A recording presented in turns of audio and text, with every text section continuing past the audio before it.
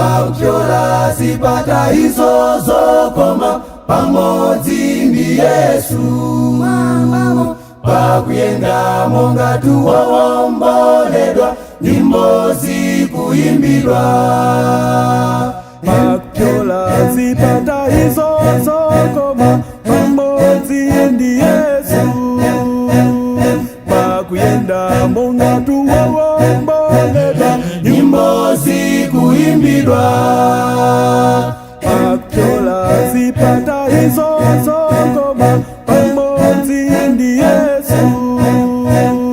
Pakuyenda monga tuwomboledwa nyimbo zikuimbidwa. Opanda chiyembekezo tuchodala adzalira mayo. Ndinalitu ndi nthawi yokonza kulapa koma mkutu mwanga. Opanda chiyembekezo tuchodala adzalira mayo.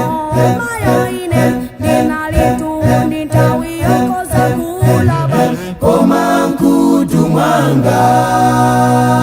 Opanda chiyembekezo tuchodala adzalira mayo. Ndinalitu ndi nthawi yokonza kulapa koma mkutu mwanga. Inu ndine tutili pa ulendo oyenda ndi mtima. Koma ngalawa yomwe tili kukwerayo ili ya Yesu kodi. Inu ndine tutili pa ulendo oyenda ndi mtima. Zoona koma ngalawa yomwe tili kukwerayo ili ya Yesu kodi. Inu ndine tutili pa ulendo oyenda ndi mtima.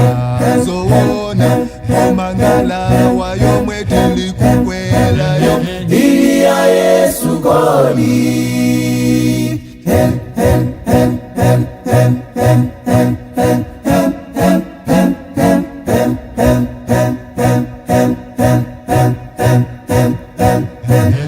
ili ya Yesu kodi.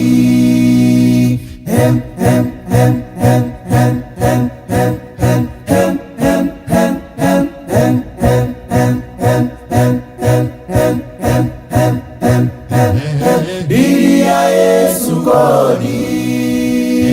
ili ya Yesu kodi. ili ya Yesu kodi. ili ya Yesu kodi.